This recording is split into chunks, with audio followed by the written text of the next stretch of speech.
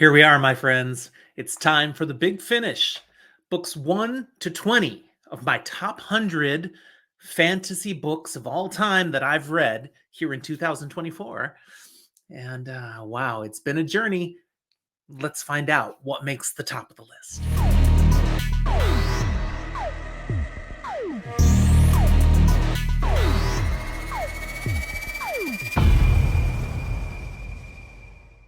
Welcome to Fantasy for the Ages, the show where a father and son talk about fantasy, science fiction, and other nerdy things we enjoy. Today, just Jim here, the father, bringing you the epic conclusion of my fantasy books, best 100 I've read of all time. There are 4 other episodes that lead up to this one. If you haven't seen those yet, I really recommend you go back and work your way up here. But this is like in a good epic fantasy tale. These are the payoffs. This is the big finish, the grand conclusion of this series. The best of the best books that I've ever read in fantasy are these 20. This is a list that will change over time. I have things on here that wouldn't have even appeared 5 years ago because I hadn't even heard of them. And yet there are some that have been favorites for a long, long time. I'm still reading fantasy all the time. This is going to keep changing as I go. So I'm sure I'll do this again. I'll update it in the future. But for now, these are my top 20. I'll be very interested to hear what you think of them. So whatever your comments are, kind of keep it in mind and jot them down in the comment box. Heck, do it as you go through here. And if you enjoy it, don't forget to like the episode. We always appreciate that. And we love new subscribers. So all of you who have joined us, thank you very much. And one final thing while I'm here today, shout out to our Patreon supporters. You guys, you rock, and you help us be so motivated to keep this coming to you. All right, we've got 20 books to get through, and I'm excited to share them with you. Let's see how many of these you've read and enjoy as well, and maybe how many you're going to add to your own to-be-read lists. Number 20, from the Wheel of Time, number 2 in the series, The Great Hunt.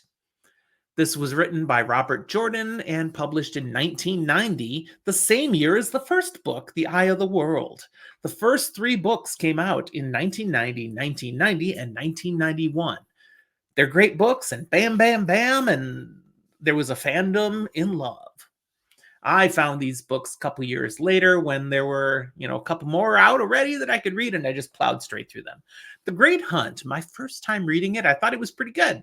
On rereads, it's become one of my favorites. There's so much that's laid out foundationally for the rest of the series right here in this book. Just some of the events that happen, the hints of things to come. There's so much foreshadowed in here. So the first time, you don't fully appreciate all that's in it. Therefore, it's sometimes underrated. But for anyone who's read the whole series, especially if they've read it more than once, The Great Hunt is one of these really big, high books on their list. I value this a little more each time I check it out. Number 19 is also from the Wheel of Time. This one's book 5, The Fires of Heaven. This is a nuanced book that Robert Jordan released in 1993. My memory tells me this was the current book when I found the Wheel of Time. So I was able to read through these 5 books and then had to wait for the next one. There's so much lurking just under the surface in this book. And the game changer? Wow. I mean, it's a heck of an ending. And it's got this big ending, and then this big second ending, and then this, no, ending. That's for those of you who've read it and you understand what I just did. And Matt Coffin, his role in this book is absolutely divine. He's one of my favorite characters. No, he is my favorite character from the Wheel of Time, and it probably is cemented right here in this book. Not that he doesn't do more amazing things along the way, but big fan because of his storyline in The Fires of Heaven. Number 18, back to Malazan Book of the Fallen. This is book 3, Memories of Ice, written by Steven Erikson in the year 2001.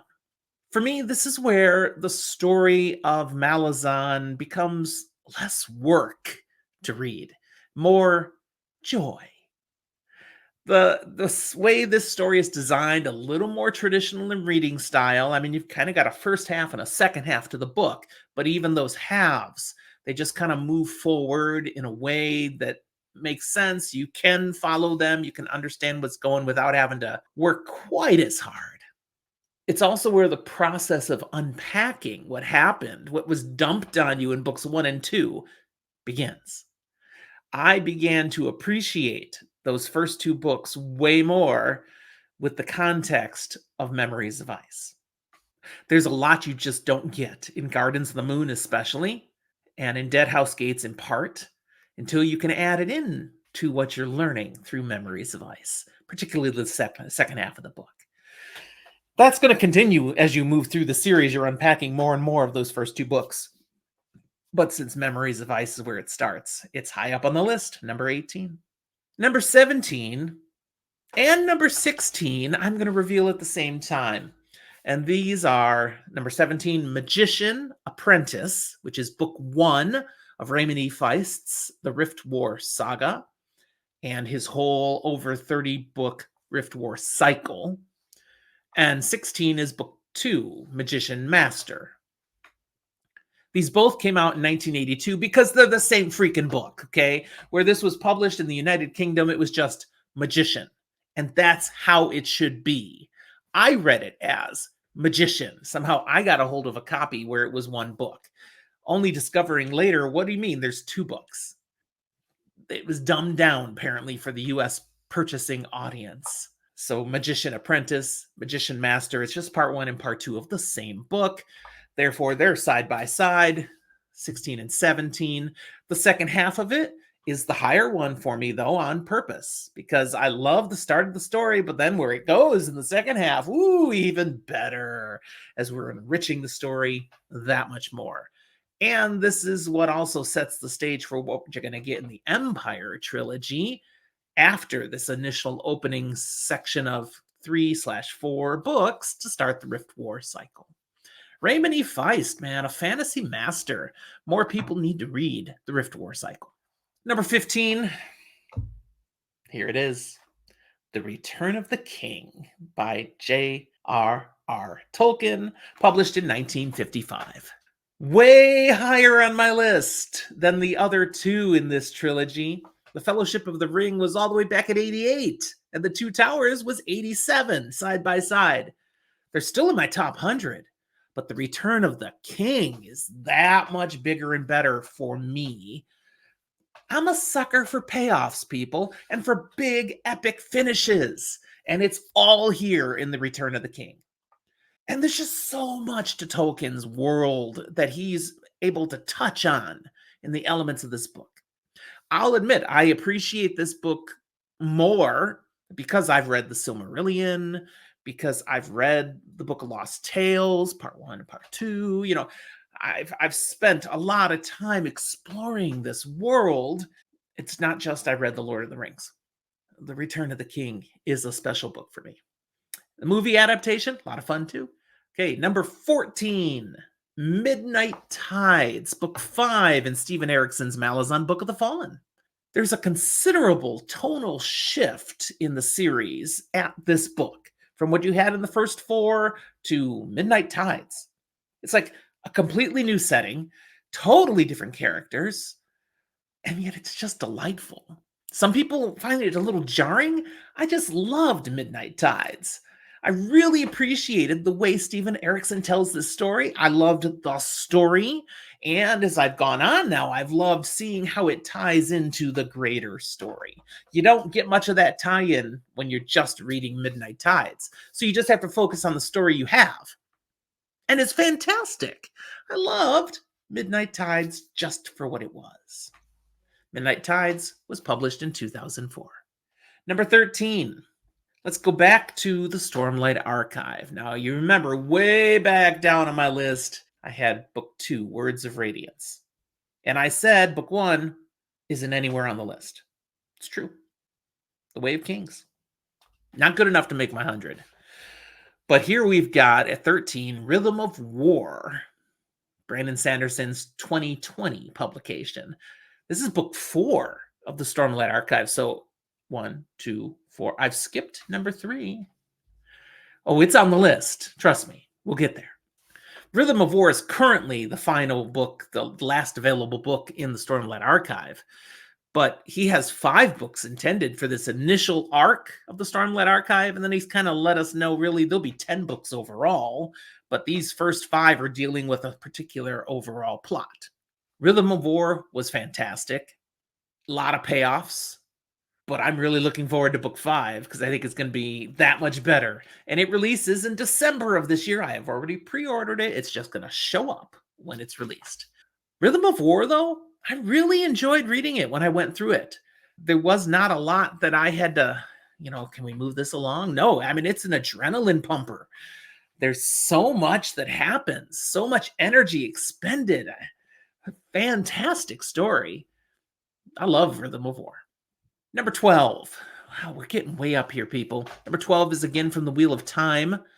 Knife of Dreams, Book 11, the final book Robert Jordan wrote before he passed away, published in 2005. There's some great payoffs in this one, especially the conclusion of the rescue mission arc that Perrin spends multiple books on, and there was great rejoicing. I love payoffs. I've mentioned that before, so this certainly has them. It also advances some key characters' plot lines in ways we've been waiting for. This is where the slog that some people talk about, the slog is history. It's done. It's gone. Knife of Dreams is like, okay, let's go, baby. Let's get this engine rearing up again. And it does. It delivers in a great way, which made it that much harder when Robert Jordan passed away. And we were like, we're not going to get any more. But we did, as we've talked about. Number 11, Dragonflight. The first book of Anne McCaffrey's The Dragon Riders of Pern, published all the way back in 1968. My memory says this was actually published in a couple different chunks in some sci-fi magazines, and it was successful enough she turned it into a book. And I'm glad she did, because Dragonflight is a fantastic story as we get introduced to this world and to some key characters and understanding the way the culture is structured, but not knowing what else is out there. And then having the threat of thread coming, or will it? Big mystery at this point. It's just a great way to start off an epic fantasy series that's actually science fiction, as I talked about before, but it belongs on a fantasy list. So I love Dragonflight. That's number 11. It's followed up, number 10, being Dragon Quest, which is the second book, published in 1971. It is a direct sequel from Dragonflight. There's just been a little bit of time passed, but not a lot.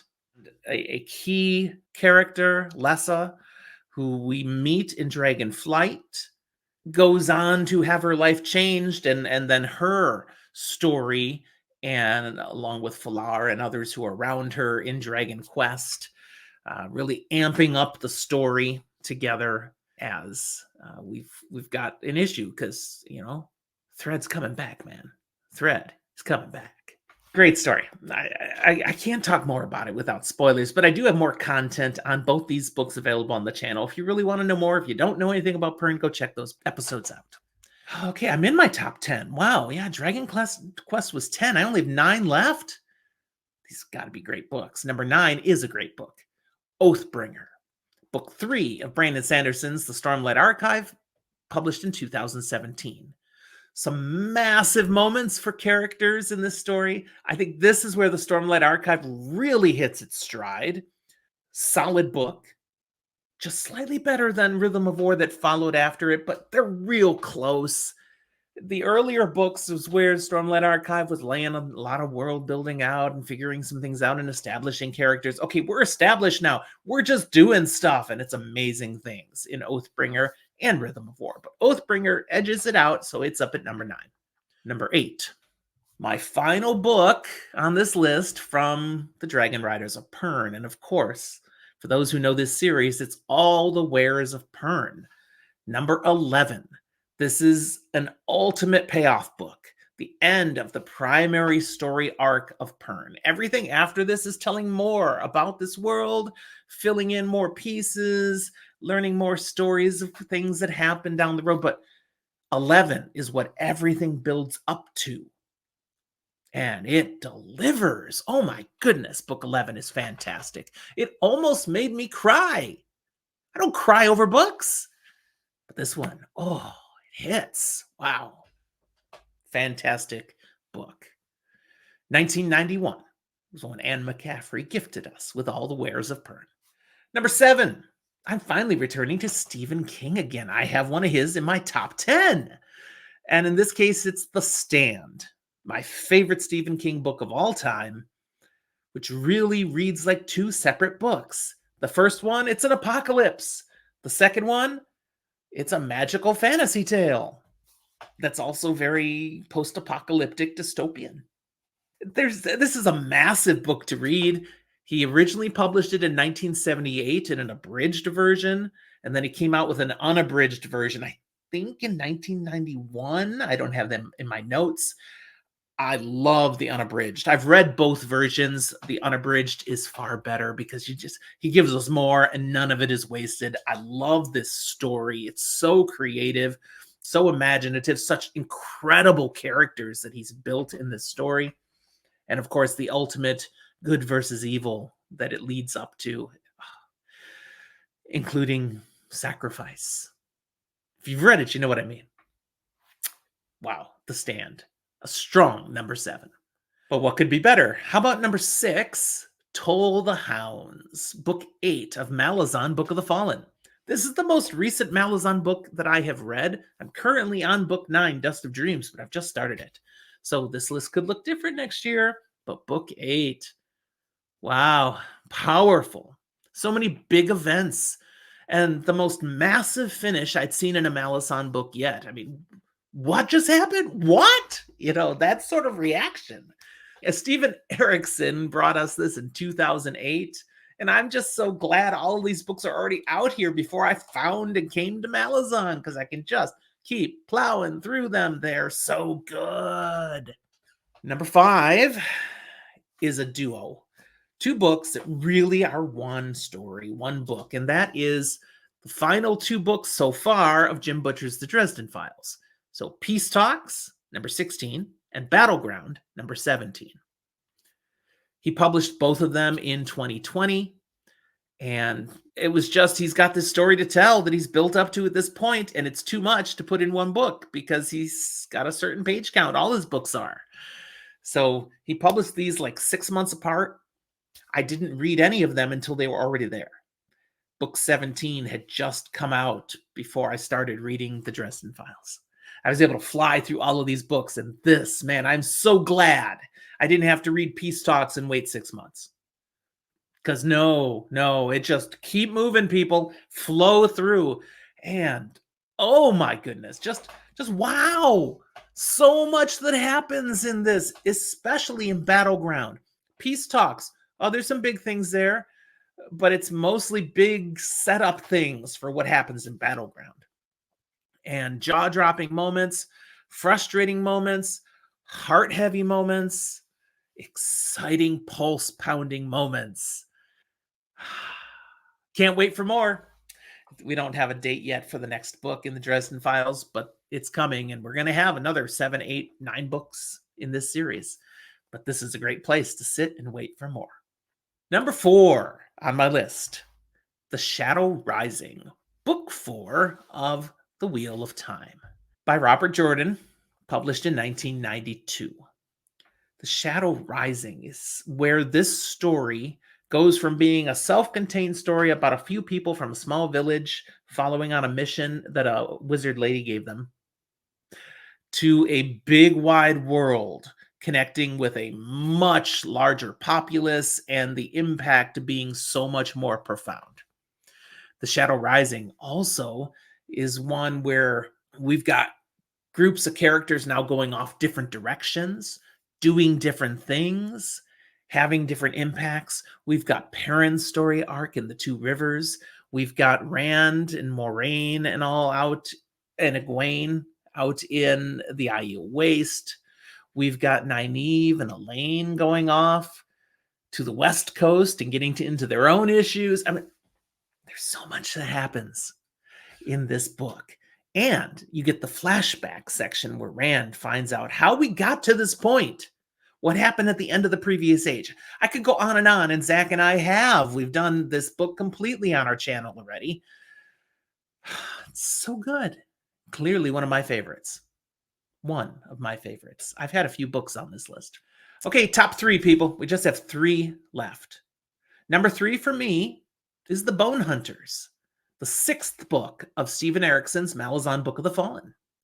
In this book, the mantle passes from the Bridge Burners to the Bone Hunters, and we get the true rise of Tavor Perrin and all that that will mean to the rest of the story.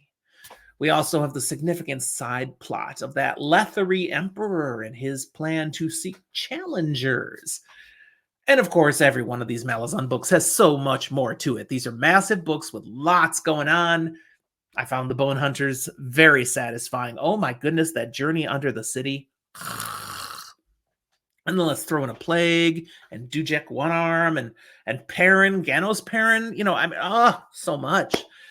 This book came out in 2006. And again, I'm glad I didn't have to wait after reading it. I could just keep moving on. Including right now, because number 2 is the next book, Reaper's Gale, Malazan Book 7. My favorite Malazan book so far. Just, Toll the Hounds I've read. It's almost as good as Reaper's Gale, but not quite. Reaper's Gale, I love the epic conclusion of the Lethery Empire arc that we get here. In a twisted sort of form. I mean, the Lethery Empire, they're still around, but they're different. Oh, and we get Akarium, and we get Karsa Orlong, and we get those Malazan Marines. Beak! Oh my. If you haven't read Malazan, you have no idea what some of those things mean, but I know a lot of you have, and you're feeling me right now. So good. Stephen Erickson put this book out in 2007. There's only one left. For me, what could be number 1? I told you I enjoy a payoff, and the ultimate payoff of all, A Memory of Light. The Wheel of Time, Book 14, by Robert Jordan and Brandon Sanderson, coming out in 2013. This is the big finish of my favorite epic fantasy series. The ultimate payoff. I mean, the last battle fills a massive part of this book. Now, some don't care for this book as much because they're like, well, I mean, there's just payoffs, yeah, but there's no development. There's nothing. No, it's just action. Oh, and then that thing happens. It makes no sense. I don't care. I wanted the finish of this book, and it finishes strong and satisfyingly. And I've read it multiple times, and it's been better each time. So there you go. My number 1, A Memory of Light. Whew! Thanks for joining me on this journey. That's a lot of books. You've got my top 100. Again, comment box. Let me know what you think of this. Any of your thoughts on these books, what you might have done differently, what your number 1 fantasy book is. I'd love to hear it. Or give me your top 3. If they're ones I haven't read, I've always got room on my TBR, just like I've probably added some for many of you. Thanks for coming along on this journey. It's been fun. We'll talk to you next time.